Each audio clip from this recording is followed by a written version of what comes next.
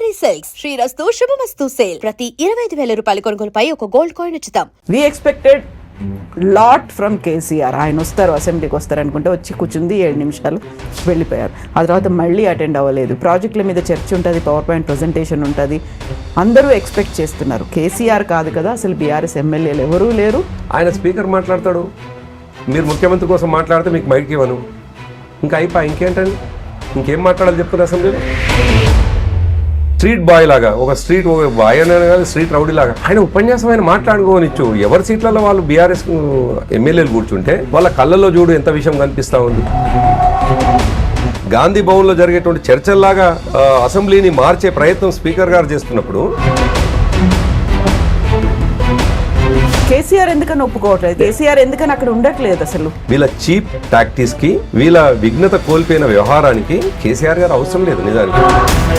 They are waiting. KCR ఎప్పుడు వస్తారు, ఎప్పుడు మాట్లాడతారని మీ కార్యకర్తలు ఎదురు చూస్తున్నప్పుడు ఇప్పుడు కార్యకర్తలు అనుకోవట్లేదా, కోరుకోవట్లేదా కేసీఆర్ అక్కడ ఉండాలి, మాట్లాడాలి, వాళ్ళు ఏం చెప్తున్నారో ఆరోపణలకు, విమర్శలకు అన్నిటికీ సమాధానం ఇవ్వాలి అనేది ఎదురు చూడట్లేదు. మీ మీడియా అంతా కూడా లేదు, మమ్మల్ని విమర్శించే మీలాంటి వాళ్ళందరూ కూడా మమ్మల్ని మైండ్ బ్లాక్ ఎక్కువ చేసుకుంటున్నారంటే కేసీఆర్ గారు అసెంబ్లీ కోసం మాత్రమే నాయకుడు.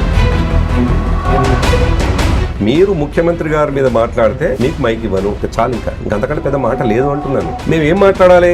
ఈ ముఖ్యమంత్రి గారు అద్భుతమైనటువంటి పాలనాధ్యక్షుడు, ఈయన కంటే మించిన పాలన ఇంతకుముందు ఎవరూ చేయలేదు. మూసీ పేరు మీద లక్షల కోట్లు, వేల కోట్లు దోచుకుందామని ప్రయత్నం చేస్తున్నా అది ప్రజల సొత్తు పోతే. కేసీఆర్కి ఎంత అయితే అందులో ఒక వాటా ఉందో, లేకపోతే ఈ మొత్తం కుంభకోణాలు వీటన్నిటిలో ప్రధానమైనటువంటి షేర్ కేసీఆర్కు ఉంది, ఆ తర్వాత హరీష్ రావుకు మాత్రమే ఉంది అనేటువంటి మాట. ఈ ఇద్దరి పేర్లు మాత్రం చాలా క్లియర్గా అటు ప్రభుత్వం కావచ్చు, ఇటు కవిత కావచ్చు అదే మాట చెప్తున్నారు కదా. రక్తం పంచుకొని పుట్టినటువంటి కేటీఆర్ గారిని తిట్టడంతో నీకేం ఉపయోగం వస్తుంది? ఈ ప్రపంచానికి నీ అనుభవాన్ని, ఈ ప్రపంచాన్ని పరిచయం చేయించినటువంటి, నిన్ను పరిచయం చేయించినటువంటి కేసీఆర్ గారిని తిట్టడంతో ఏమొస్తుంది? వాళ్ళు ఆత్మక్షోభ గురవుతారు తప్ప నువ్వు అదనంగా నీకు ఒనగూరేదేం లేదు. నీకేదైనా ఒనగూరాలి అంటే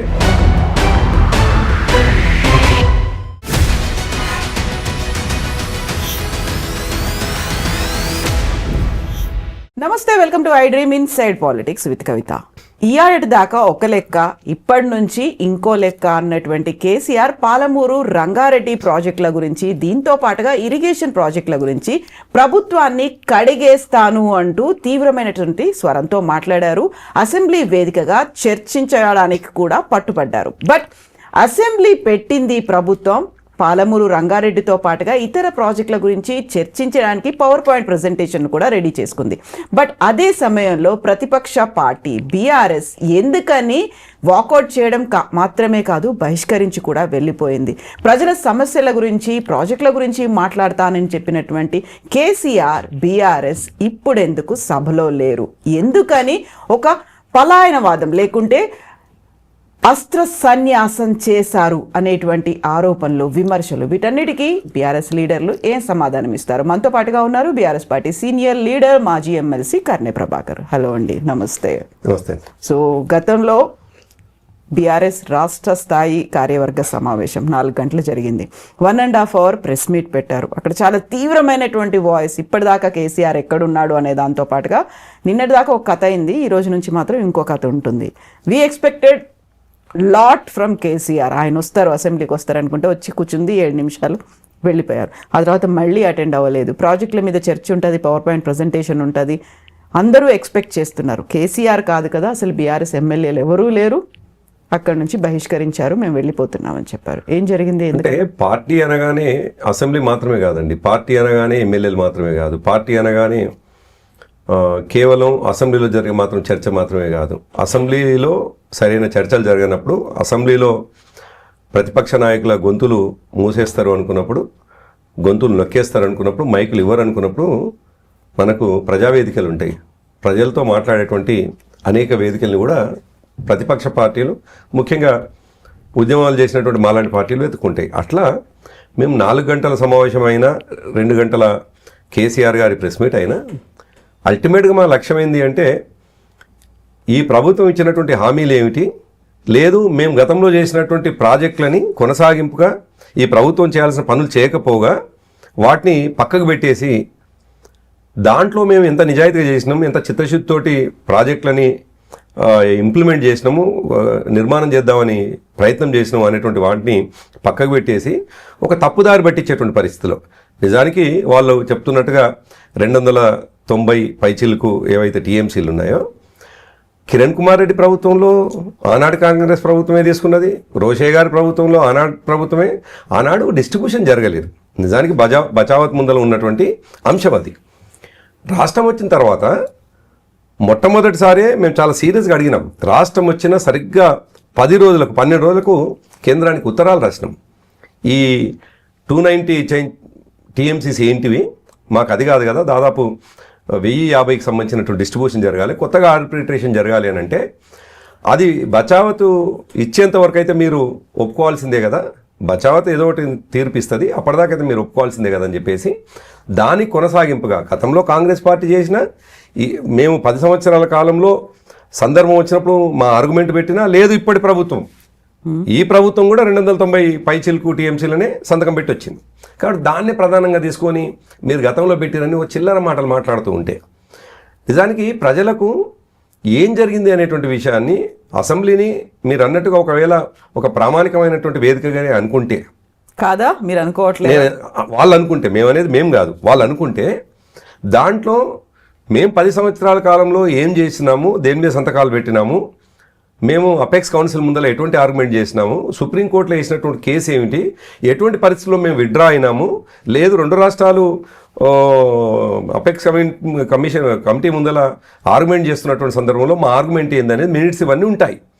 ఇవన్నీ విషయాల్ని కూడా మేము కూడా పీపీటీ ద్వారా ప్రదర్శిస్తామని చెప్పేసి చెప్తే నిజానికి వాళ్ళు ఒకవేళ వాళ్ళ పీపీటీ ప్రదర్శన నిజాయితీగానే ఉంటే దాంట్లో హిడెన్ ఏమి ఉండకపోతే హైడ్ చేయకుండా మాట్లాడాలనుకుంటే తప్పులు ప్రపంచానికి చెప్పొద్దు అనుకుంటే మేము చెప్తే వాళ్ళకి వచ్చే నష్టమే ఉంది. మీరు ఇచ్చారా అప్పుడు పవర్ పాయింట్ ప్రజెంటేషన్ కేసీఆర్ చేసినప్పుడు మీరు ప్రతిపక్షాలకు ఇచ్చారా? అంటే ఆనాడు కాళేశ్వరం పైన ప్రతిపక్షంగా ఒక ఆరోపణ మాత్రమే ఉంది. ఆనాడికి ఈనాడికి చాలా డిఫరెంట్ ఉంది కవిత. ఆనాడేమో కాళేశ్వరం కొత్త ప్రాజెక్టు, కాళేశ్వరం కట్టడం పట్ల వాళ్లకు బ్యారాజీలు ఎక్కడెక్కడ కట్టాలనేటువంటి విషయాల పట్ల వాళ్ళకి అభ్యంతరాలు ఉంటాయి. దాంతో లాభం ఎట్లయితే చెప్పినాం మేము. కానీ ఇప్పుడు ఇది డిఫరెంట్, ఈ కేసు డిఫరెంట్. 10 సంవత్సరాల కాలంలో మేము ప్రభుత్వంలో ఉండి మేము ఏం ప్రాజెక్టులు నిర్మాణం చేసినాము, లేదు 2 రాష్ట్రాల విభజన సందర్భించి నీటి విభజన సంబంధించిన సందర్భంలో మేము ఎట్లా యాక్ట్ చేసినాము, కేంద్ర ప్రభుత్వంతో ఎట్లా ఫైట్ చేసినాము, అపెక్స్ కౌన్సిల్ ముందు మా ఆర్గ్యుమెంట్ ఎట్లుంది, బచావత్ ముందు మా ఆర్గ్యుమెంట్ ఎట్లుంది, బ్రిజేష్ కమిషన్ ముందు బ్రిజేష్ ట్రిబ్యునల్ ఇంకా రావాల్సినటువంటి అవసరం ఉంటే ఇవన్నీ ఇష్యూస్ని ఉన్నాయి. సో ఆ కేసు వేరు, ఈ కేసు వేరు. దాన్ని ఒక తీరుగా చూసి మా నోర్లు నొక్కాలని ప్రయత్నం చేసి సరే అంతకంటే ఇంకా ముందు ఎంత దారుణం అండి. ఇప్పుడు ఒక సబ్జెక్టు మాట్లాడుతున్నటువంటి సందర్భంలో ప్రతిపక్షం ప్రధాన పక్షం 2 కూడా తమ ఆర్గ్యుమెంట్ని అసెంబ్లీలో చెప్తూ ఉంటాయి. ప్రధాన పక్షం నాయకుడికి ఎంత ఉంటుందో ప్రతిపక్ష నాయకులకు కూడా ఆల్మోస్ట్ ఒక ఫ్లోర్ మీద మాట్లాడుతున్నప్పుడు కొంత ఎడమ కుడిగా ఉండవచ్చు. ఆయన స్పీకర్ మాట్లాడతాడు, మీరు ముఖ్యమంత్రి కోసం మాట్లాడితే మీకు మైక్ ఇవ్వను, ఇంకా అయిపోయి ఇంకేంటండి, ఇంకేం మాట్లాడాలి చెప్తున్న అసెంబ్లీలో.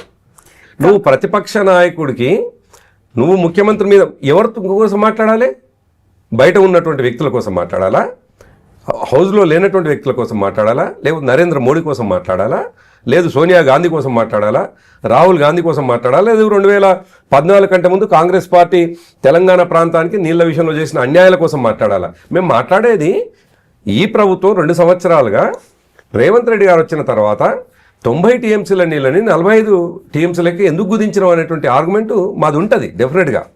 అదే కాకుండా చాలా ఇష్యూస్ ఉన్నాయి. మూసీకి సంబంధించినటువంటి సుందరీకరణ విషయంలో మేము కూడా చేద్దాం అనుకున్నాం, ఏ పద్ధతిలో చేద్దాం అనుకుంటున్నాం అనేటువంటి విషయం చాలా స్పష్టంగా క్లారిటీ ఉంది. మా చెప్తున్నటువంటి విషయాన్ని పట్టించుకోకపోగా ఆయన ఉపన్యాసంలో ఒక స్ట్రీట్ బాయ్ లాగా, ఒక బాయ్ అనే కానీ స్ట్రీట్ రౌడీ లాగా ఆయన ఉపన్యాసం ఆయన మాట్లాడుకోనిచ్చు. ఎవరి సీట్లలో వాళ్ళు బీఆర్ఎస్ ఎమ్మెల్యేలు కూర్చుంటే వాళ్ళ కళ్ళల్లో చూడు ఎంత విషయం కనిపిస్తూ ఉంది. వాళ్ళ కళ్ళల్లో ఒకవేళ వాళ్ళకు ఆ శక్తి ఉంటే ఆ చూసిన చూపులతోటే మనం మాడి మసైపోవాలని చూస్తున్నారు వాళ్ళు. ఇదేంది అసలు? ఎవరన్నా ఇంత పర్వర్షన్తో మాట్లాడతారా? ఇంత పర్వర్టెడ్ ముఖ్యమంత్రులు ఇంతకుముందు ఎవరన్నా ఉండేనా? నేను అందుకేమంటున్నానంటే ఒక పాజిటివ్ డిస్కషన్ జరగాల్సినటువంటి అసెంబ్లీలో నీకు నువ్వే ప్రొవోకేట్ చేసి నీకు నువ్వే రెచ్చగొట్టి అవతల వ్యక్తులను గౌరవించకుండా. నిజానికి రేవంత్ రెడ్డి సీనియర్ కాదు, రేవంత్ రెడ్డి చాలా జూనియర్ అండి. ఇలాంటి సంఘటనలు గతంలో జరగలేదా? చాలా చూసాం మనం ఇలాంటివన్నీ. బహిరంగ వేదికల మీద అయ్యాయి, ఉపన్యాసాల్లో అయ్యాయి, ఆ తర్వాత అసెంబ్లీలో కూడా అయ్యాయి. వీటన్నిటిని పక్కకు పెట్టేసి ప్రజా ప్రయోజనాలు, మీరు ఏవైతే పబ్లిక్ ఇంట్రెస్ట్ అన్నారు, అక్కడ సమస్యలు ఉన్నాయి, ప్రాజెక్టులు ఉన్నాయి, అంశాలు ఉన్నాయి, వీటి వారీగా చర్చించడానికి అసెంబ్లీ పెట్టండి అని మీరు చెప్పిన తర్వాత అసెంబ్లీలో ఉండాల్సినటువంటి అవసరం ఉంది. పర్సనల్ అటాక్ గా ఎందుకు తీసుకుంటాం? మేము అదే అంటున్నాం. మేము చాలా మీరు అనేది 100% మేము ప్రజల్లో ఉన్నటువంటి వాళ్ళుగా దాదాపు 20 సంవత్సరాల ఎక్స్పీరియన్స్ ఉన్న ఒక పార్టీగా మేమంటుంది కూడా అదే.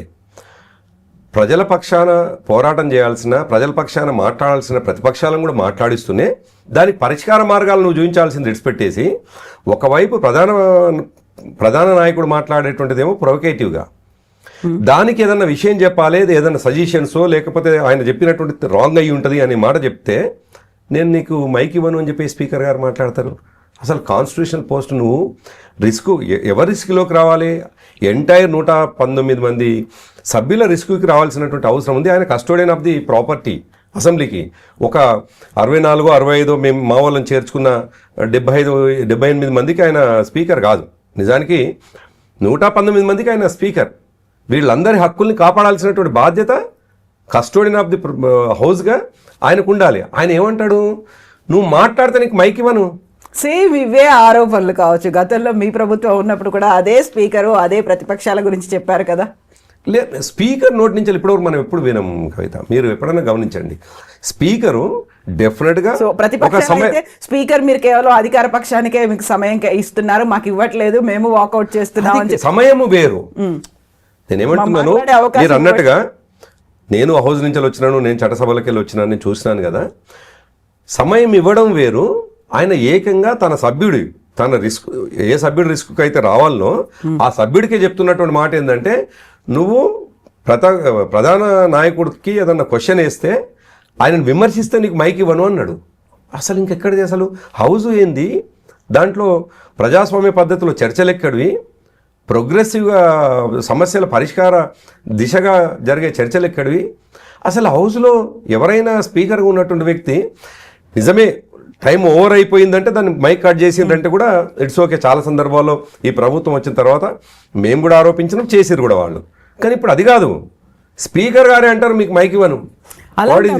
అలాంటప్పుడు నిన్న ఒక్కరోజు మాత్రమే వాకౌట్ చేసి ఈ రోజు నుంచి జరగాల్సినటువంటి చర్చలకు సంబంధించి బహిష్కరించకుండా అటెండ్ అయ్యి ఆ చర్చ ఎలా జరుగుతుందో, లేకుంటే మీ మీద వస్తున్నటువంటి ఆరోపణలు ఏంటో వీటన్నిటికీ సమాధానాలు చెప్పుకోవడానికి అక్కడ కేసీఆర్ ఉండాల్సిన అవసరం ఉండే, అప్పుడు ఇరిగేషన్ మంత్రి హరీష్ రావు ఉండాల్సి ఉండే, బీఆర్ఎస్ ఎమ్మెల్యేలు అందరూ ఉండాల్సినటువంటి ఒక సమయం ఇది. ఈ సమయంలో ఎందుకని ఒక అస్త్ర సన్యాసం చేసినట్టుగా మేము బహిష్కరిస్తున్నాం? ఆ మాట ఎందుకు వచ్చింది? ఇప్పుడు మీ మీడియా వాళ్ళు మేము ఎన్ని రోజులు ఉండాలి హౌస్లో అని మీరే నిర్ణయిస్తే మేము ఉండం.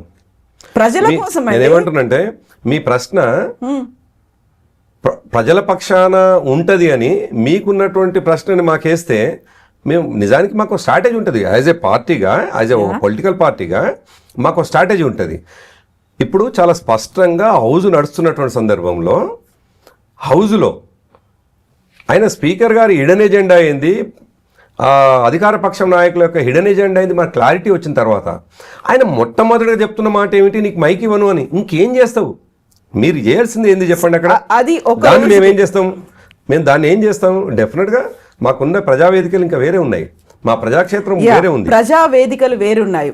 కాంగ్రెస్ పార్టీకి ప్రజావేదిక ఉంది, వాళ్ళకంటూ అధికారికంగా గాంధీ భవన్ ఉంది, మీకు తెలంగాణ భవన్ ఉంది, మీకు ప్రజావేదికలు ఉన్నాయి. బట్ ఇద్దరూ కలిసి కూర్చొని మాట్లాడుకోవడానికి, చర్చించుకోవడానికి ఒక వేదిక అసెంబ్లీ. ఆ అసెంబ్లీని మీరు వినియోగించుకోవట్లేదు అనేదే కదా. ఇప్పుడు అసలు అసెంబ్లీని వినియోగించేటువంటి పరిస్థితి లేకుండా స్పీకర్ గారు చేస్తున్నప్పుడు, అది ఒక పీసీసీ కార్యాలయంగా చూస్తున్నప్పుడు, అది ఒక గాంధీ భవన్ లాగా మారుస్తున్నప్పుడు, గాంధీ భవన్లో జరిగేటువంటి చర్చల్లాగా అసెంబ్లీని మార్చే ప్రయత్నం స్పీకర్ గారు చేస్తున్నప్పుడు ఇంకా నిజానికి నో మీనింగ్, అసలు మీనింగ్ లేదండి.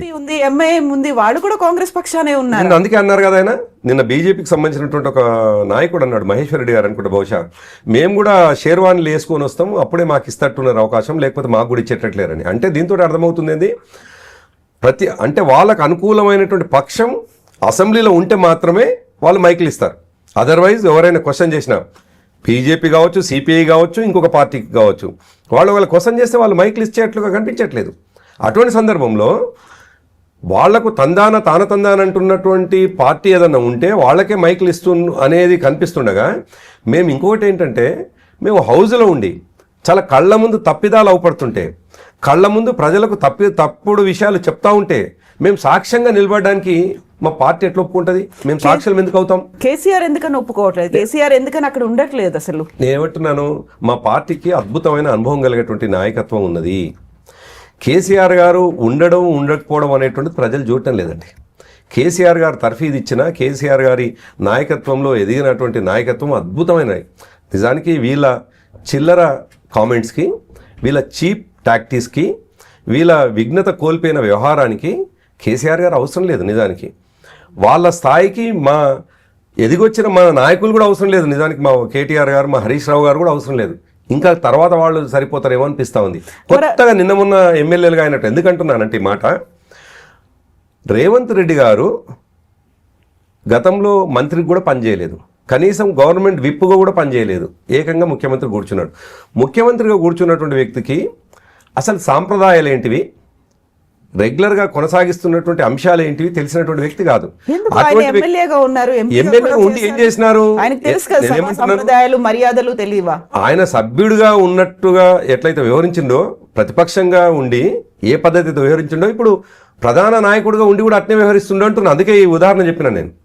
ఆయన సభ్యుడిగా 3 సార్లు ఉండి ఏ విధంగా అయితే ఇష్టం వచ్చినట్టు వ్యవహరించినాడో, అదే ఇవాళ అధికారం వచ్చిన తర్వాత ముఖ్య సీట్లో కూర్చున్నటువంటి సందర్భంలో, ముఖ్యమంత్రిగా ఉంటున్నటువంటి సందర్భంలో కూడా అట్నే వ్యవహరిస్తే ఎట్లా ఊరుకుంటారో. అందుకేమంటున్నాను, ఇవాళ రేవంత్ రెడ్డి గారికి సమాధానం చెప్పడానికి సామాన్య కార్యకర్త కూడా చాలు అనేటువంటి పరిస్థితి వచ్చింది. ఎందుకంటే ఆయన అంత చీప్గా మాట్లాడుతూ ఉన్నాడు. సామాన్య కార్యకర్త చాలు అనుకున్నప్పటికి కూడా ఓ 10 రోజుల క్రితం కేసీఆర్ వస్తున్నారు, తెలంగాణ భవన్లో ఆయన మాట్లాడతారు అనుకున్నప్పుడు చాలా ఎక్కువ హైప్ అనేది కనిపించింది. Everyone was eagerly waiting. ఆయన కేసీఆర్ ఏం మాట్లాడతారని. సింహం గర్జించింది అన్నారు, లేకుంటే టైగర్ ఈజ్ బ్యాక్ అన్నారు.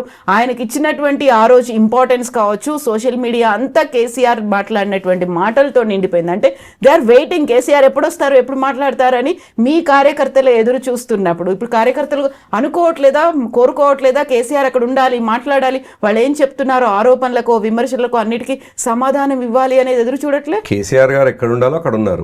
ఆయన మా పార్టీ అధ్యక్షుడిగా మా పార్టీ సమావేశంలో మా సభ్యులకు, మా ఎమ్మెల్యేలకు కావచ్చు, మా పార్టీ నాయకత్వానికి ఏం డైరెక్షన్ ఇవ్వాలో ఇచ్చినారు. కేసీఆర్ గారు ఏడ కూర్చోవాలి అనేటువంటి విషయము కేసీఆర్ గారు నిర్ణయించుకుంటారు.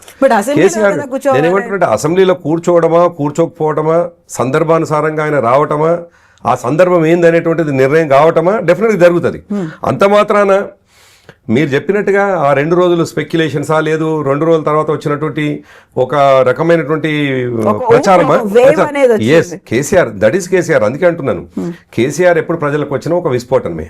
కేసీఆర్ ఏది మాట్లాడినా విస్ఫోటనం లాగుంటుంది. ఎందుకు విస్ఫోటనం అనే మాట అంటున్నానంటే, ఆయన ప్రజల కోణంలో మాట్లాడతారు, ప్రజల విషయాల ఎజెండాగా మాట్లాడతారు, ప్రజల సమస్యల్ని ఎజెండాగా మాట్లాడతారు.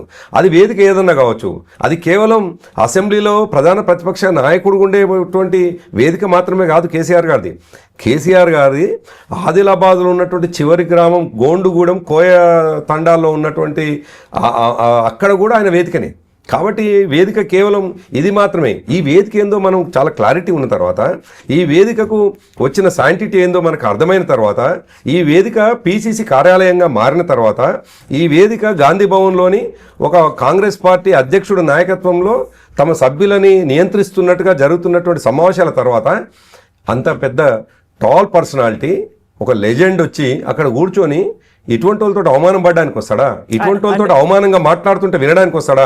కేసీఆర్ గారు తెలంగాణ రాష్ట్రం తెచ్చినటువంటి ఒక ఉద్యమ నేత, ప్రజల గుండెల్లో దేవుళ్లాగా ఉన్నటువంటి వ్యక్తి. అటువంటి వ్యక్తిని తీసుకొచ్చి ఎటువంటి సంస్కారం లేని కుసంస్కారంగా మాట్లాడేటువంటి, ఇష్టం వచ్చినట్టుగా వ్యవహరించేటువంటి వ్యక్తులు. ఓకే, ఒక పార్టీగా మాట్లాడుతున్నటువంటి వాళ్ళు మాట్లాడవచ్చు, సంస్కారం లేనటువంటి వాళ్ళు పెద్ద సీట్లో కూర్చున్నా మాట్లాడవచ్చు. సాక్షాత్తు అందరిని నియంత్రించాల్సినటువంటి స్పీకర్ గారి నోటి నుంచే మీకు మైక్ ఇవ్వను అని మాట్లాడితే కేసీఆర్ గారు వచ్చి ఎవరి కోసం మాట్లాడాలి? కాదండి, నేనేమంటున్నా, కేసీఆర్ గారు వచ్చి ప్రధాన నాయకుడు చేస్తున్నటువంటి వ్యవహారాలు ఈ 2 సంవత్సరాలు ఏం చేసిండ్రో అది మాట్లాడాలి కదా. నువ్వు ఆయన కోసం మాట్లాడితే నీకు మైక్ ఇవ్వను అని అంటే కేసీఆర్ గారి గౌరవం. అందుకేమంటున్నానంటే, కేసీఆర్ గారు ఏ వేదికల ద్వారా ప్రజలకు విషయాలు చెప్పాలనో ఆయన క్లారిటీ ఉన్నది. కేసీఆర్ గారు రావట్లేదు అనేది అదే వచ్చినారు కదా. 6 నెలల తర్వాత వచ్చి ఒక సంతకం పెట్టి మీకు 7 అంటే నిమిషాలు మీరు మైండ్ బ్లాక్ ఎక్కడ చేసుకుంటున్నారంటే మీరు మీ మీడియా అంతా కూడా లేదు మమ్మల్ని విమర్శించే మీలాంటి వాళ్ళందరూ కూడా మమ్మల్ని మైండ్ బ్లాక్ ఎక్కడ చేసుకుంటున్నారంటే కేసీఆర్ గారు అసెంబ్లీ కోసం మాత్రమే నాయకుడు, ఎమ్మెల్యే కదా. ఎస్ అందుకే వచ్చినారు, ఆయన సంతకం పెట్టినారు, ప్రతిపక్ష నాయకుడు కదా. కూర్చున్నారు ఇక్కడ ఆయన కూర్చున్నారు. డెఫినెట్ గా ఆయనకుండే గౌరవాన్ని ఆయన నిలబెట్టుకున్నారు, ఆయన గౌరవాన్ని నిలబెట్టుకుంటారు ఆయన. కాబట్టి ఇది మీరు కేవలం ఒక మీడియానో లేకుంటే ప్రతిపక్షమో ఇంకెవరో అడుగుతున్నారని కాకుండా ఒక కార్యకర్తలు కూడా వదిలేసేయండి. ప్రజలు ఎక్స్పెక్ట్ చేయట్లేదా కేసీఆర్ రావాలి, కేసీఆర్ ఏం మాట్లాడతాడో చూడాలి. ఎలా అంటున్నాను నేను, కేసీఆర్ గారు మాట్లాడాలని ప్రజలు కోరుకుంటారు, కేసీఆర్ గారు తమ సమస్యల్ని గలమెత్తాలని ప్రజలు కోరుకుంటారు. కేసీఆర్ గారి ద్వారా వచ్చే మాటకి ఈ ప్రభుత్వం తలొగ్గి ప్రజా సమస్యల్ని పరిష్కరించాలని కోరుకుంటారు ప్రజలు. కానీ ఆ వేదిక ఏదనేటువంటిది ఇంపార్టెంట్ కాబట్టి కేసీఆర్ గారికి ప్రజల సమస్యలు వినిపించేటువంటి అనేక వేదికలు ఉన్నాయి.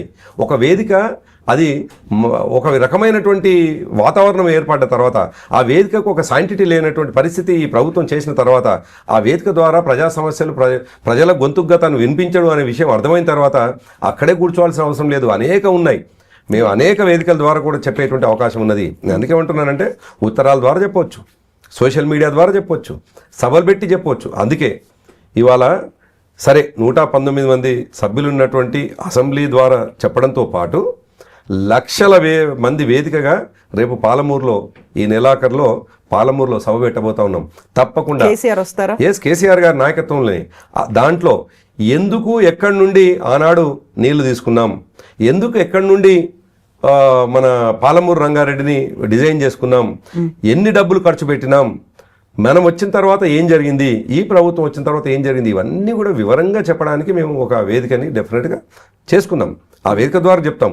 ఎందుకంటే ఇక్కడ గొంతు నొక్కేసేటువంటి వాతావరణం ఉండగా నీకు గొంతు పెకిలేటువంటి అవకాశమే లేనటువంటి సందర్భంలో ఇంకా నువ్వు ఎందుకు ఆ ప్రయత్నం చేస్తావు? మూగ ప్రయత్నం అంటున్నాను. ఇప్పుడు ఆ స్పీకర్ ఇంకో 3 ఏళ్ల పాటు ఉంటారు.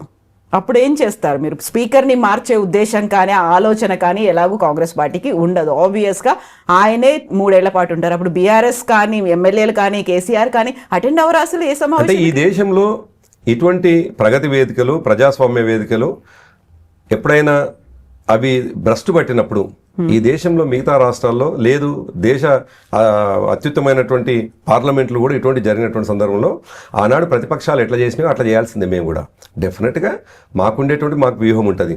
స్పీకర్ మా గొంతు నొక్కేస్తామంటే మేము మా పద్ధతిలో మేము ప్రజా సమస్యల్ని వివరించేటువంటి వేదికలు మేము వెతుక్కుంటాం. ఈ సెషన్లో స్పీకర్ గారు ఆ విధంగా వ్యవహరించారు కాబట్టి మా మాట మేము చెప్పినాం, మా డిసెంట్ చెప్పినాం, బయటకు వచ్చి మాట్లాడినాం. స్పీకర్ గారు జనరల్గా స్పీకర్ గారి పట్ల ప్రతి సభ్యుడికి గౌరవం ఉంటుంది. ఒక సభ్యుడికే కాదు, నేనేమంటానంటే ఇవాళ బయట ఉన్నటువంటి సివిలియన్స్ కూడా అంతే గౌరవం ఉండాల్సినటువంటి అవసరం ఉన్నది. స్పీకర్ ఒక కాన్స్టిట్యూషనల్ పోస్ట్. అటువంటి స్పీకర్ గారు రాజ్యాంగ విరుద్ధంగా వ్యవహరిస్తున్నటువంటి సందర్భంలో మేము చెప్పేటువంటి ప్రయత్నం చెప్తాం. ఆయన అట్నే కొనసాగితే డెఫినెట్గా మా డిసెంట్ అట్నే ఉంటుంది. కానీ ఈ సెషన్లో మాత్రం మేము చాలా స్పష్టంగా స్పీకర్ గారు తప్పు చేస్తా ఉన్నారు, స్పీకర్ గారు మా గొంతు నొక్కుతున్నారు అని చెప్పేసి వచ్చినాం. ఆయన మార్చుకుంటే నేనేమంటున్నా, ఆయన మార్చుకుంటే ఒకవేళ ఆయన మార్చుకుంటే నెక్స్ట్ సెషన్లో కంటిన్యూ అవుతాం.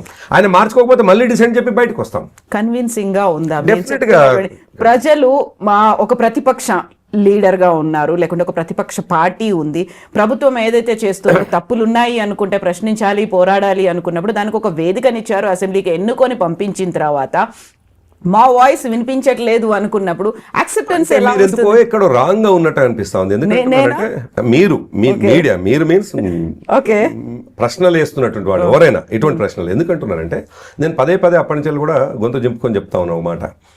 అసలు ఆ మైక్ ద్వారా మా విషయమే బయట ప్రపంచానికి పోదు అనుకున్నప్పుడు అది మీరు ఒక ప్రయత్నం చేశారనుకోండి, అక్కడ కట్ చేస్తున్నారు, ఇంకోటి ఏదో అవుతుంది అనుకున్నప్పుడు బయట తెలుస్తుంది కదా. కీలకమైనటువంటి ప్రాజెక్ట్ కి సంబంధించి ఏదైతే ఒక ఆరోపణ ఉందో మీరు దాన్ని కంప్లీట్ గా ఇంటి వైపు తరలించుకునేటువంటి ప్రయత్నం చేశారు. ఆ డబ్బు మూటలు అనేటువంటి మాట ఉంది, అది అతి పెద్ద ఆరోపణ. దానికి సంబంధించి స్పందించేటువంటి సమయం వచ్చింది, మళ్ళీ మరొకసారి వచ్చింది కదా. కాదు, ఆయన అన్నటువంటి మాట ఏంటంటే మీరు ముఖ్యమంత్రి గారి మీద మాట్లాడితే మీకు మైక్ ఇవ్వను, చాలు, ఇంకా అంతకంటే పెద్ద మాట లేదు అంటున్నాను.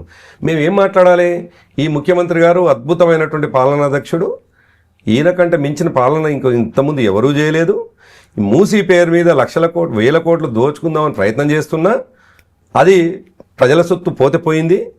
మేము దానికి సహకరిస్తాం అని మేము చెప్పాల్సి ఉండే అక్కడ నిలబడి అలా చెప్తే మేము ఏం మిమ్మల్ని చెప్తాము ప్రజలు యాక్సెప్ట్ చేయరు కదా, మిమ్మల్ని అందుకే ఎన్నుకున్న వాళ్ళు యాక్సెప్ట్ చేయరు కదా.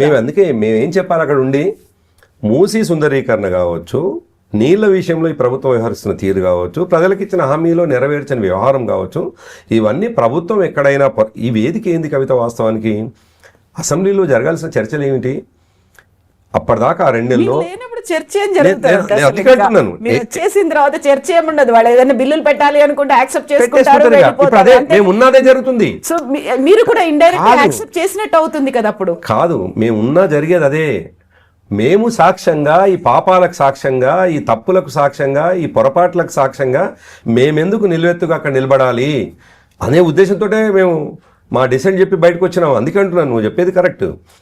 మేము లేకపోతే చేస్తున్నారు, మేము ఉన్నా కూడా చేస్తున్నటువంటి సందర్భంలో మేము అక్కడ ఉండడంతో ఏం ఉపయోగం వస్తుంది అంటున్నాను. అందుకే ఏమంటున్నానంటే, మా రైట్ని మేము ప్రజాస్వామ్య పద్ధతిలో మాకు రావాల్సిన రైట్ ఏదైతుందో మేము మాట్లాడాల్సిన వేదిక అది.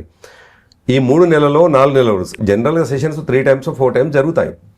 ఆ 4 నెలల్లో ప్రజల్లో మేము తిరుగుతున్నటువంటి సందర్భంలో, మా సభ్యులు తిరుగుతున్న సందర్భంలో ఏమేమి విషయాలు వాళ్ళ దృష్టికి వస్తాయో అది హౌస్లో పెట్టి చర్చించుకొని ప్రభుత్వం పరిష్కరించే దిశగా చర్చలు జరగాలి. నువ్వు ప్రభుత్వాన్ని అడగనే వద్దు, నీ మైక్ ఇవ్వను అన్న తర్వాత ఇంకా నీకు అక్కడ ఏముంది? అసలు దేర్ ఇస్ నో మీనింగ్ అంటున్నాను. ఓకే, అసలు మీనింగ్లెస్గా మా అటెండెన్స్ ఉంటుంది. మా అటెండెన్స్ ఎట్లుంటుంది అంటే, ఒకవేళ అక్కడే ఉంటే నీకు మైక్ ఇవ్వను, నువ్వు కూర్చో, మేము నీ ముందరనే పాపాలన్నీ చేస్తాం, నీ ముందే మేము చేయాల్సిన అవినీతి అంతా మేము రాసేసుకుంటాము, మా తప్పులన్నీ చేసేసుకుంటాం, నువ్వు మాత్రం మౌనంగా ఉండు, ఒకవేళ నువ్వు మాట్లాడుతుంటే నీకు మైక్ ఇవ్వను అన్న తర్వాత మీనింగ్లెస్ కదా అసలు. అలాంటప్పుడు స్పీకర్ పోడియం దాకా వెళ్తారు, లేకపోతే అక్కడే కూర్చొని బయట ఇవన్నీ ఉన్నాయి. అయితే బీఆర్ఎస్ చీఫ్ కేసీఆర్ కనుక అసెంబ్లీకి రాకపోతే బీఆర్ఎస్ పార్టీ ఉనికిలోనే ఉండదు అనే ఒక మాట, చాలా స్ట్రాంగ్ స్టేట్మెంట్ కవిత దగ్గర నుంచి వచ్చింది. సరే, కాంగ్రెస్ వాళ్ళు మాట్లాడుతున్న విషయాలు తను మాట్లాడుతూ ఉన్నది.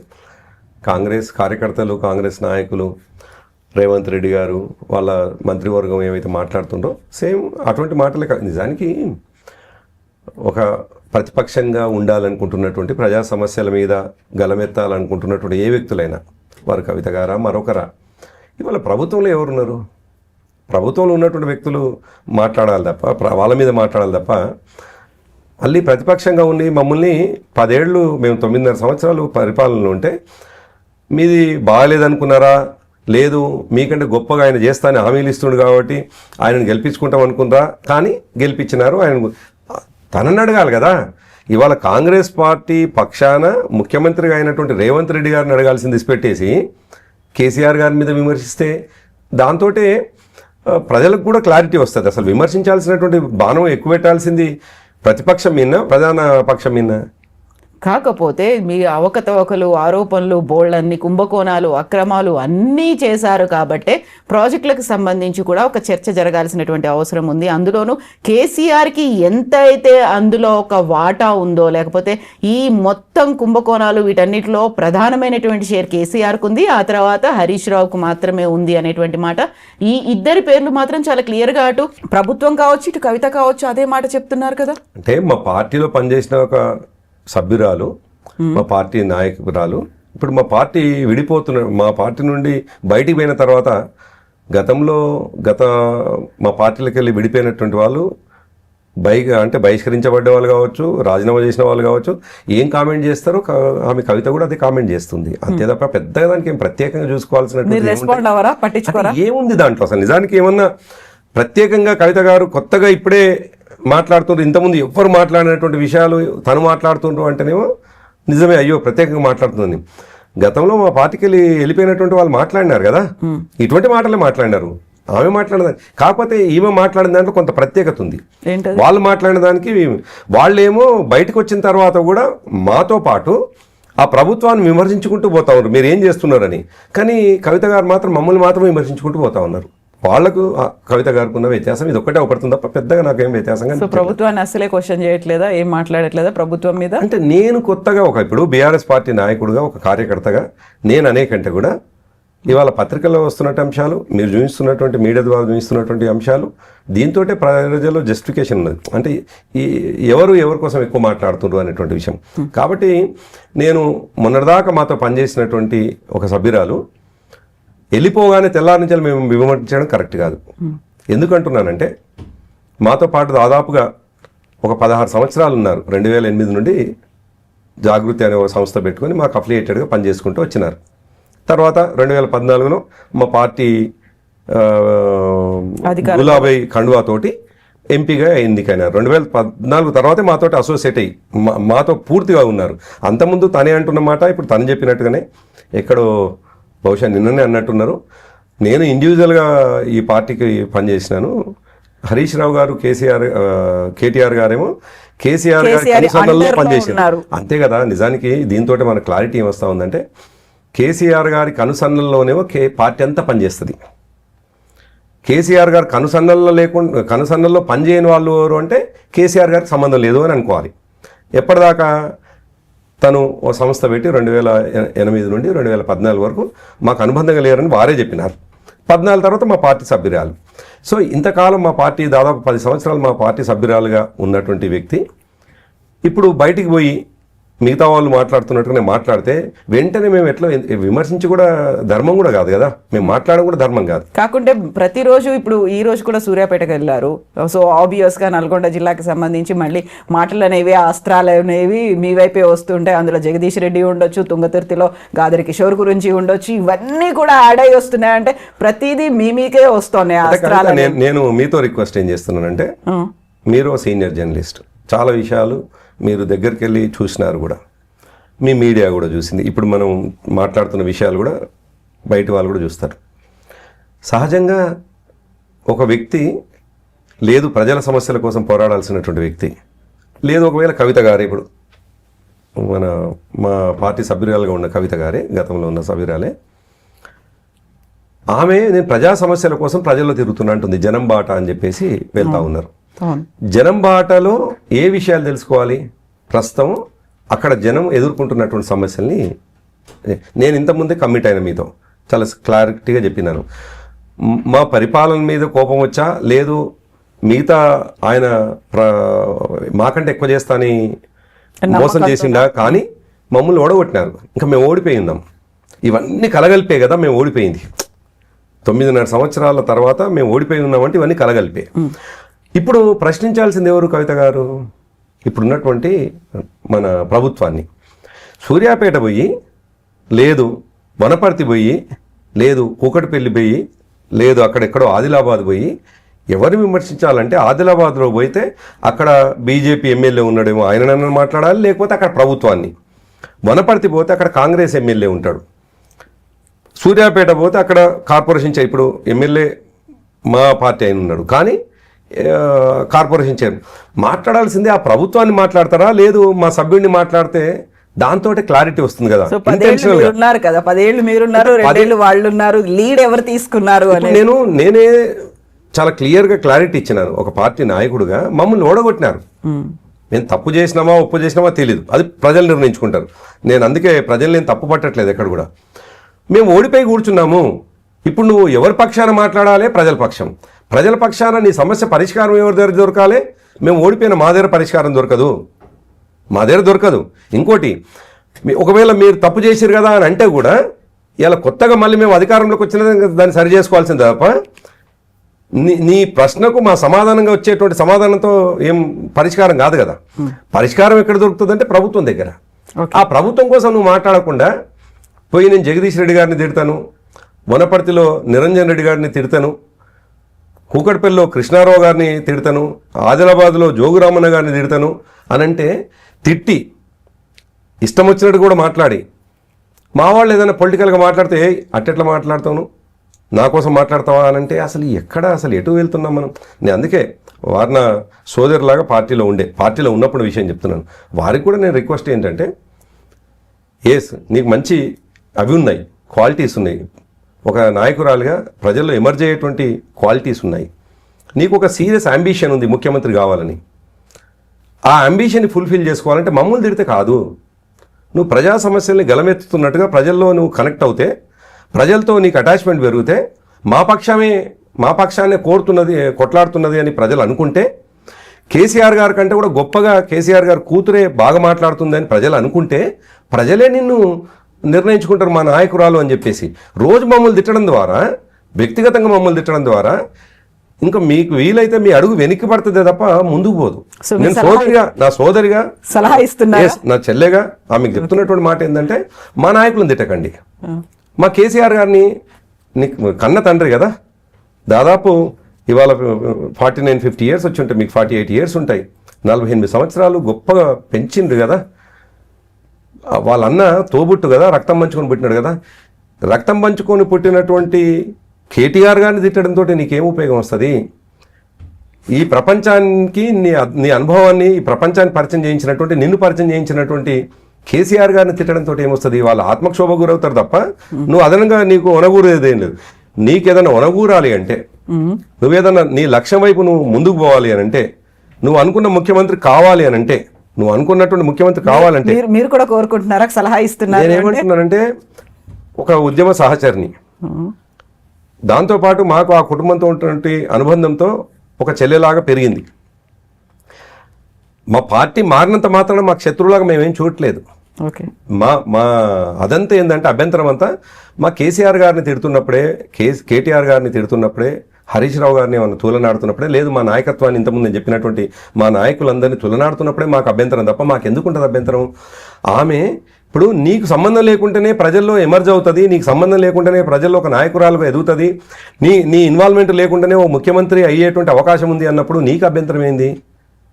లేదు, నువ్వు ప్రతిపక్ష నాయకుడిగా ఉండి నువ్వు పొలిటికల్గా ఏదన్నా ఇష్యూ ఉంటే మాట్లాడొచ్చు, కానీ వ్యక్తిగతంగా ఆమె ఎదుగుదలని మేము ఎట్లా ఆపగలుగుతాం? అందుకేమంటున్నంటే ఆమెకు సూచన ఎందుకు చేస్తున్నాను, మనం ఇంతకాలం అనుబంధంతో ఉన్నాం కదా, ఇంతకాలం కలిసి పెరిగినాం కదా, ఇంతకాలం కలిసి నడిచినాం కదా, తండ్రి బిడ్డ అనేటువంటి అనుబంధం, అన్న చెల్లెలు అనేటువంటి అనుబంధం, మొత్తం మా 70 లక్షల కార్యకర్తలు మా కుటుంబానికి చెల్లెలాగా అక్కలాగా పెరిగినావు కదా, మమ్మల్ని అంత తొందరగా విమర్శిస్తే ఎట్లా అవుతుంది అంటున్నాను. అందుకే నేను చాలా పాజిటివ్గానే మాట్లాడుతాను, విమర్శించట్లేదు. మీరు కోరుకుంటున్నారు, సలహా ఇస్తున్నారు అంటే సీఎం గా చూడాలని మీరు కూడా నేను ఆమెకున్నటువంటి ఎబిలిటీస్తో, ఆమెకున్నటువంటి క్వాలిటీస్తో అవుతుందా కాదా ఆమె విషయం. నేను అదంటున్నా, ఒకవేళ ఆమె అవుతుంది అనుకున్నా ఇటువంటి పిచ్చి పనులు చేసుకోవడంతో నష్టం అవుతుంది కదా. కేసీఆర్ గారినే తిట్టడంతో కేసీఆర్ గారు దాదాపు ఎవరు అవునన్నా కాదన్నా ఇవాళ ఒక రేవంత్ రెడ్డి కుటుంబం తప్ప నేను అంటాను, ఆయన ఇమీడియట్గా ఉన్నటువంటి క్యాబినెట్లో ఉన్నటువంటి వాళ్ళ మనసుల్లో కూడా కేసీఆర్ గారే అద్భుతం చేసిండ్రు అనేటువంటి ఒక చర్చ ఉన్నటువంటి ఈ రోజుల్లో 4.5 కోట్ల ప్రజల మనసుల్లో ఆయన దేవుళ్లాగా, తెలంగాణ తీసుకొచ్చిన వాళ్ళలాగా, అభివృద్ధి చేసిన వాళ్ళలాగా కేసీఆర్ గారు ఉన్నారు. అంత గొప్ప కేసీఆర్ గారిని ఒక్క రేవంత్ రెడ్డి కుటుంబం ఎట్లయితే వ్యతిరేకిస్తున్నదో అట్లా రేవంత్ రెడ్డి కుటుంబం లాగా నువ్వు వ్యతిరేకిస్తే ఏం ఉపయోగం? నువ్వు ఒక్కదాన్ని వ్యతిరేకించడం వద్దు అంటున్నాను నేను. నా రిక్వెస్ట్ ఆమెతో ఏంటంటే, మీరు చర్చకు తీసుకొచ్చారు కాబట్టి నిజానికి మేము మాతో పాటు నడిచినటువంటి ఒక చెల్లెలాగా నడిచినటువంటి ఆమెని చిన్న వెంటిక వాసి ఆమెకు నష్టం జరిగేటువంటి మాట మాట్లాడడం కూడా మాకు ఇష్టం అనిపించదు. కానీ ఆమెకు సూచన, ఎందుకంటే చాలా కాలం ప్రయాణం చేశాం కాబట్టి, నిన్ను కనిపించినటువంటి తండ్రిని మానసికంగా క్షోభకు గురి చేస్తే నీకు మంచిది కాదు. అది నిన్ను ఎవరైతే ప్రజలు కోరుకుంటున్నారో, ప్రజలు నువ్వు కోరుకుంటున్నావో, నువ్వు అయ్యేటువంటి లక్ష్యం వైపు నువ్వు పోలేవు, కష్టమవుతుంది, ఆగిపోతావు, మధ్యలో ఎక్కడో ఆగిపోతుంది. నేను 25 ఏళ్ళ నాకంటే రాజకీయాల్లో కవిత గారు జూనియర్, నాకంటే 25 ఏళ్ళేమో నేను బీఆర్ఎస్తో అనుబంధం ఉన్న విద్యార్థి రాజకీయాల్లో 92 నుంచి ఉన్నాను. నేను చాలామందిని చూసినాను, ఈ దేశంలో ఉన్నటువంటి రాజకీయ నాయకులని చాలామందిని చూసినాను. చాలా ప్లానింగ్గా, చాలా పగడ్బందీగా, చాలా జాగ్రత్తగా ప్రజా సమస్యలని ఎప్పటికప్పుడు మాట్లాడుతూ, సరైన ఉద్యమాలు చేస్తూ, సరైనటువంటి వేదికల్ని సెలెక్ట్ చేసుకొని ముందుకు పోయినటువంటి వాళ్ళు, సక్సెస్ అయినటువంటి వాళ్ళని చూసినాను. మనం కేసీఆర్ గారినే, ఆయనతో పాటు బహుశా కేసీఆర్ గారు 47 సంవత్సరాలు ఉన్నటువంటి సందర్భంలో నాకు 30 సంవత్సరాలు ఉండి ఆయనతో అటాచ్ అయినా. నేను 30 సంవత్సరాల వయసు ఉన్నప్పటి నుంచి ఆయనకు 47 సంవత్సరాలే. ఆనాటి నుంచి ఈ రోజు వరకు ఆయన చూసుకుంటూ వస్తా ఉన్నా నేను. ఆయన ఎంత జాగ్రత్తగా ప్రతి అడుగు ఈ దేశంలోనే చాలా బలమైనటువంటి సామాజిక వర్గాన్ని, ఒకవైపు తెలంగాణను వ్యతిరేకిస్తున్నటువంటి సందర్భాన్ని ఆయన ఇవన్నిటిని కూడా దాటుకుంటూ, ఇవన్నిటిని కూడా పక్కకు నెట్టుకుంటూ, ఎటువంటి ఆర్థిక బలం లేకుండా, ఎటువంటి సామాజిక బలం లేకుండా, ఎటువంటి మిగతా అవన్నీ లేకుండా, ఒకటే ఒక ఈక్వేషన్ తెలంగాణ అనేటువంటి ఒక బలంతో మాత్రమే ప్రజల ముందుకు వచ్చి ఒక సబ్జెక్ట్ని ఎన్నుకున్నాడో, అట్లా ప్రజల ప్రేమని, ప్రజల యొక్క అభిమానాన్ని చూరగొనేటువంటి విషయాన్ని ఎత్తుకోదప్ప, ప్రజలందరూ కేసీఆర్ గారిని ఇష్టపడతా ఉంటే, కేసీఆర్ గారిని నువ్వు తిడుతూ ఉంటే నువ్వు ప్రజానాయకుడుగా కావడం కష్టమవుతుంది అంటున్నాను.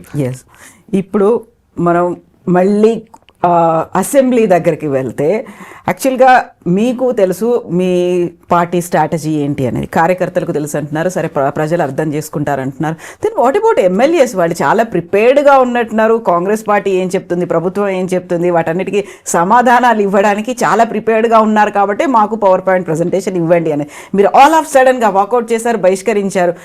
వాళ్ళు కొంచెం అసంతృప్తి ఉన్నట్టు కనిపిస్తోంది ఎమ్మెల్యేలు.